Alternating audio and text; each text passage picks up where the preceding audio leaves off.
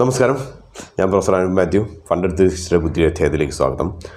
ഇന്നത്തെ വിഷയം കുറച്ച് പേരൊക്കെ പലപ്പോഴായിട്ട് ഉണ്ടാകുന്ന ഒരു സംശയമാണ്. ഈ സംശയം പലപ്പോഴും ഞാൻ പല യാത്രകളൊക്കെ ചെയ്യുമ്പോൾ പലരും എന്നുമായിട്ട് പങ്കുവച്ചിട്ടുണ്ട്. അതിൻ്റെ പ്രധാനപ്പെട്ട കാര്യം, പ്രത്യേകിച്ചൊരു 25 വയസ്സ് മുതൽ ഒരു 40 വയസ്സ് വരെയുള്ളവരൊക്കെ സാധാരണ രീതിയിൽ അവരുടെ കരിയറിൻ്റെ ഒരു പ്രോഗ്രഷനിലേക്ക് നിൽക്കുന്നത്. അവരുടെ സാലറി സാധാരണ രീതിയിൽ താഴോട്ട് വരാറില്ല. ഈ ഒരു 25 വയസ്സ് മുതൽ 40 വയസ്സ് വരെയുള്ള ഒരു സമയത്ത് മുകളിലേക്ക് തന്നെയാണ് ഉയർന്നു പോകാറുള്ളത്. എങ്കിൽ പോലും ഇവരുടെ സംശയം, 25-ാം വയസ്സിൻ്റെ അകത്ത് 40,000 രൂപ ശമ്പളം ലഭിച്ചിരുന്ന എനിക്ക് 40 വയസ്സാകുമ്പോഴത്തേക്കും എനിക്ക് 1,00,000 രൂപ ശമ്പളം ലഭിച്ചെങ്കിൽ പോലും സമ്പാദ്യത്തിൽ കാര്യമായ ഉയർച്ച ഉണ്ടായിട്ടില്ല. അതേപോലെ തന്നെ ഒരു ക്രെഡിറ്റ് ക്രഞ്ച്, ഒരു സാമ്പത്തികമായിട്ടുള്ളൊരു ഞെരുക്കം 25-ാം വയസ്സിൽ എങ്ങനെയാണോ ഇരുന്നത് അതേപോലെ തന്നെ ഇപ്പോഴും ഇരിക്കുന്നു. അപ്പം വരുമാനം കൂടിയിട്ടും എന്തുകൊണ്ടാണ് എനിക്ക് സമ്പാദ്യം കാര്യമായി കൂടാത്തത്, അതേപോലെ തന്നെ എൻ്റെ സാമ്പത്തിക അവസ്ഥ കാര്യമായി മാറ്റപ്പെടാത്തത് എന്നുള്ളതാണ്. അപ്പം അതിനെക്കുറിച്ചാണ് നമ്മൾ ഇന്ന് അനലൈസ് ചെയ്യാൻ പോകുന്നത്. അപ്പം എന്തുകൊണ്ടാണ് ഇത് അത്ര പ്രസക്തമായിരിക്കുന്നതെന്ന് വെച്ച് കഴിഞ്ഞാൽ ഇതിൻ്റെ കുറച്ച് കാരണങ്ങളൊക്കെ നിങ്ങൾ കണ്ടുപിടിച്ചാൽ അതിന് കുറച്ചൊരു പരിഹാരങ്ങൾ നിങ്ങൾക്ക് കണ്ടുപിടിക്കാൻ വളരെ എളുപ്പമായിരിക്കും. അപ്പോൾ ഇതിൻ്റെ ഇങ്ങനെ സംഭവിക്കുന്നതിൻ്റെ പ്രധാനപ്പെട്ട ഒരു കാരണം ഒന്നാമത്, അതായത് വരുമാനം നിങ്ങൾക്ക് കൂടുകയും ചെയ്യുന്നു എങ്കിൽ പോലും നിങ്ങൾക്ക് സമ്പാദ്യം കാര്യമായി വർദ്ധിക്കുകയും ചെയ്യാത്തതിൻ്റെ ആദ്യത്തെ കാരണം എന്ന് വെച്ച് കഴിഞ്ഞാൽ നമ്മൾ സാധാരണ പറയാറ് ലൈഫ് സ്റ്റൈൽ ഇൻഫ്ലേഷനാണ്. ലൈഫ് സ്റ്റൈൽ ഇൻഫ്ലേഷൻ എന്ന് വെച്ച് കഴിഞ്ഞാൽ ജീവിതത്തിൽ ഉള്ള പണപ്പെരുപ്പം. ഇപ്പം നമ്മുടെ സാധാരണ പണപ്പെരുപ്പം എന്ന് പറയുന്നത് രാജ്യത്തിൻ്റെ പണപ്പെരുപ്പമാണ്, അതായത് പണത്തിന് മൂല്യമില്ലാതാവുന്ന ഒരവസ്ഥ. ഇവിടെ അങ്ങനെയല്ല സംഭവിക്കുന്നത്. ലൈഫ് സ്റ്റൈൽ ഇൻഫ്ലേഷൻ എന്ന് പറഞ്ഞു കഴിഞ്ഞാൽ നമ്മുടെ ലൈഫ് സ്റ്റൈൽ തന്നെ മറ്റൊരു ഉയർന്ന നിലവാരത്തിലേക്ക് മാറ്റപ്പെടുന്നു, വരുമാനത്തിനെയും അപ്പുറത്തേക്ക്. ഉദാഹരണമായിട്ട് പറയുകയാണെങ്കിൽ, നിങ്ങളിപ്പോൾ ഒരു അസിസ്റ്റന്റ് മാനേജറായിട്ടോ അല്ലെങ്കിൽ നിങ്ങളൊരു ജൂനിയർ സോഫ്റ്റ്വെയർ കൺസൾട്ടൻ്റായിട്ടോ ഒരു കമ്പനിയിൽ ജോയിൻ ചെയ്തു വന്നിരിക്കുക.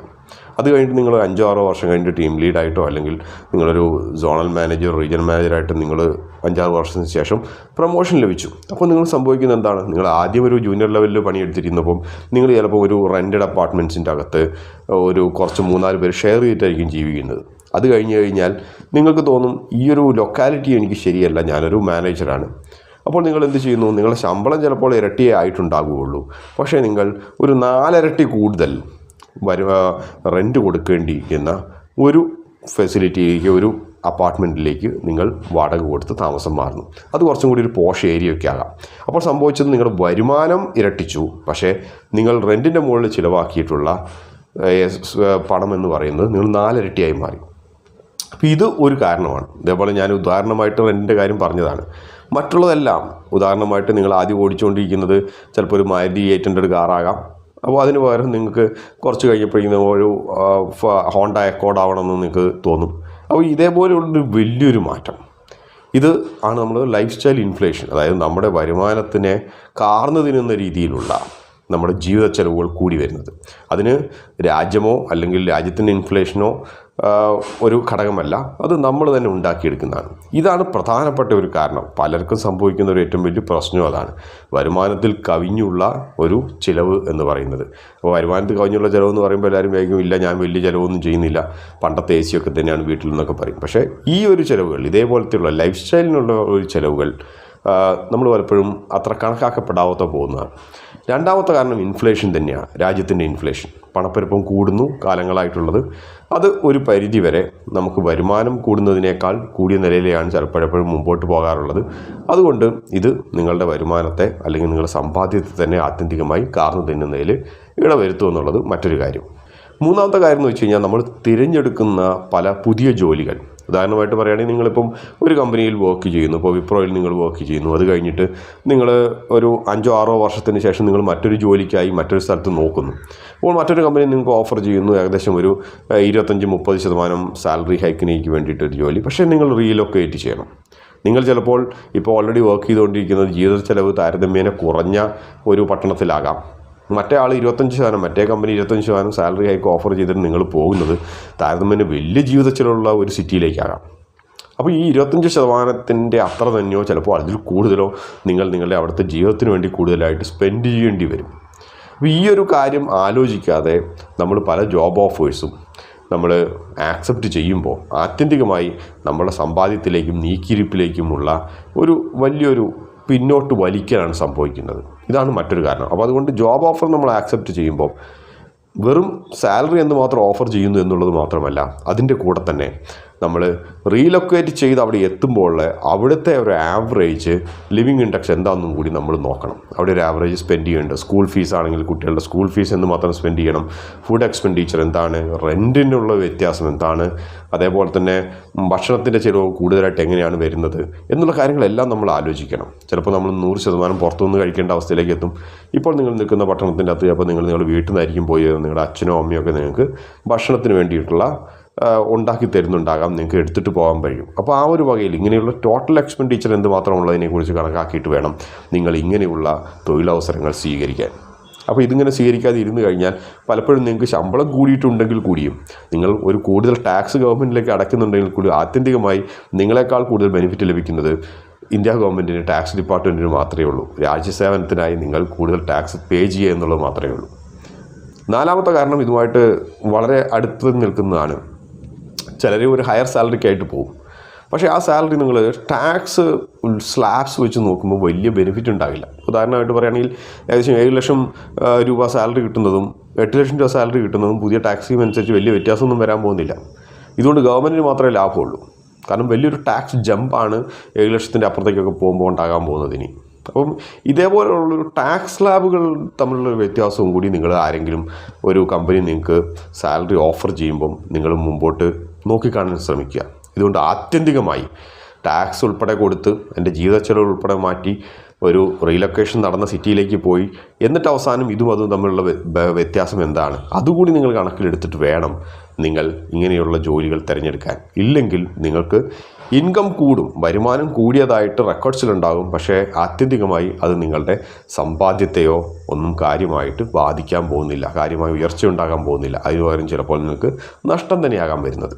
ആറാമത്തെ കാരണം എന്ന് വെച്ച് കഴിഞ്ഞാൽ നമുക്ക് പലപ്പോഴും ഉണ്ടാകുന്ന ഒരു സാമ്പത്തിക സാക്ഷരതയുടെ ഒരു കുറവ് കൊണ്ടാണ്. അപ്പോൾ സാമ്പത്തിക സാക്ഷരതയുടെ കുറവ് കൊണ്ട് എന്ത് സംഭവിക്കുന്നു വെച്ച് കഴിഞ്ഞാൽ നമ്മൾ സെലക്ട് ചെയ്യുന്ന പല നിക്ഷേപ മാർഗങ്ങളും ചിലപ്പോൾ ഇൻഫ്ലേഷനെ ബീറ്റ് ചെയ്യാൻ ഉതകുന്നതായിരിക്കില്ല, ഇൻഫ്ലേഷനെ കവർ ചെയ്യാൻ, പണപ്പെരുപ്പത്തെ കവർ ചെയ്യാൻ ഉതകുന്നതായിരിക്കില്ല.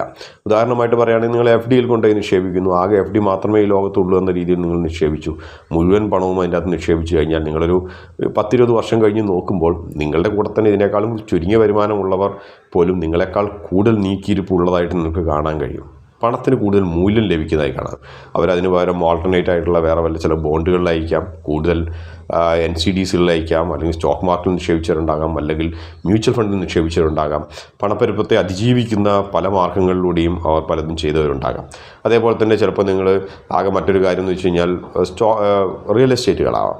നിങ്ങൾ അപ്രോപ്രിയേറ്റ് ആയിട്ടുള്ള റിയൽ എസ്റ്റേറ്റ് പ്രോഡക്ട്സിലല്ല, പ്രോപ്പർട്ടികളിലല്ല നിങ്ങൾ ഇൻവെസ്റ്റ് ചെയ്തതെങ്കിൽ പലപ്പോഴും അത് തലവേദനയാണ് ഉണ്ടാകാറ്. ലിക്വിഡിറ്റി ഉണ്ടാകില്ല. നിങ്ങൾ ഇൻവെസ്റ്റ് ചെയ്തിട്ടുള്ള ആ റിയൽ എസ്റ്റേറ്റ് പ്രോപ്പർട്ടി ചിലപ്പോൾ നിങ്ങൾ ഉദ്ദേശിക്കുന്ന സമയത്ത് വിറ്റൊഴിക്കാൻ സാധിക്കില്ല, അല്ലെങ്കിൽ നിങ്ങൾ ഒരു പ്രൈസിൽ കോംപ്രമൈസ് ചെയ്തിട്ട് വേണ്ടി വരും നിങ്ങൾ വിൽക്കാൻ, കുറഞ്ഞ വിലയ്ക്കൊക്കെ തന്നെ വിൽക്കേണ്ടി വരും. അപ്പം റിയൽ എസ്റ്റേറ്റ് ആണെങ്കിൽ പോലും താരതമ്യേന സുരക്ഷിതമെന്ന് കരുതുന്നുണ്ടെങ്കിൽ പോലും അത് ചിലപ്പോൾ നിങ്ങൾക്ക് പോക്കറ്റിലൊരു ഓട്ട ഉണ്ടാക്കിയേക്കാം, നിങ്ങൾ ലോൺ എടുത്ത് വാങ്ങിക്കുന്ന ഒരു പ്രോപ്പർട്ടി ആണെങ്കിൽ പോലും. ഇങ്ങനെയുള്ള കുറച്ച് തീരുമാനങ്ങളൊക്കെ ചിലപ്പോൾ നിങ്ങൾക്ക് വരുമാനം വർദ്ധിച്ചെങ്കിൽ കൂടിയും നിങ്ങളുടെ നീക്കിയിരിപ്പും അതേപോലെ തന്നെ സമ്പാദ്യങ്ങളും കാര്യമായി വർദ്ധിക്കാതിരിക്കാനുള്ള ഒരു കാരണമായി മാറും. മറ്റൊരു കാരണം അഥവാ അവസാനത്തെ ഏറ്റവും പ്രധാനപ്പെട്ട കാരണം എന്ന് വെച്ച് കഴിഞ്ഞാൽ സാധാരണ നമ്മൾ പറയും ഇമ്പൾസീവ് സ്പെൻഡിങ് എന്ന് പറയും.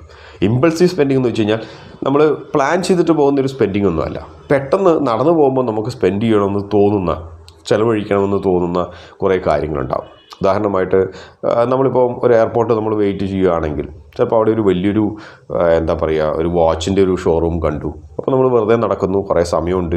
അപ്പോൾ നമ്മൾ നടന്നു പോകുമ്പോൾ അവിടെ ഒരു ടാഗിയറിൻ്റെ ഒക്കെ ഒരു വാച്ചൊക്കെ ഇരിക്കുന്നു, റൈഡോ വാച്ചൊക്കെ ഇരിക്കുന്നു. അപ്പോൾ അതിൻ്റെ വില 35,000 രൂപ 40,000 രൂപയാണ്. നമ്മൾ വെറുതെ തൊട്ടും പിടിച്ചൊക്കെ നോക്കും. നമ്മൾ എന്നിട്ട് അവസാനം അത് വാങ്ങിക്കും. പണ്ടത്തെ പോലെ ഇപ്പം സ്വന്തം കയ്യിൽ പൈസ വേണമെന്നില്ല, നിർബന്ധമൊന്നുമില്ല, ക്രെഡിറ്റ് കാർഡ് ഉണ്ടാകും, ക്രെഡിറ്റ് കാർഡ് കൊടുക്കുന്നു, വാങ്ങിക്കുന്നു. അപ്പോൾ നിങ്ങൾ അതുവരെ പ്ലാൻ ചെയ്യാത്ത ഒരു ചിലവാണ് അപ്പോൾ അവിടെ ഉണ്ടായിപ്പോകുന്നത്.